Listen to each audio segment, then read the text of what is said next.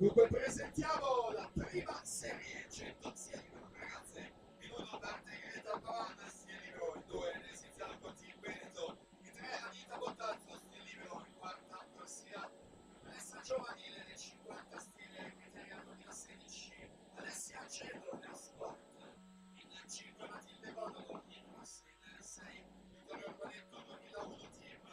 in 7 Alice Montagnier chiave moto, in 8 Sofia Sartori Leo Sport. Queste le protagoniste di serie 1 aumentando 28 e 92, passaggio nella D0 dalla prima corsia, quella che Pieri che segue in settima corsia.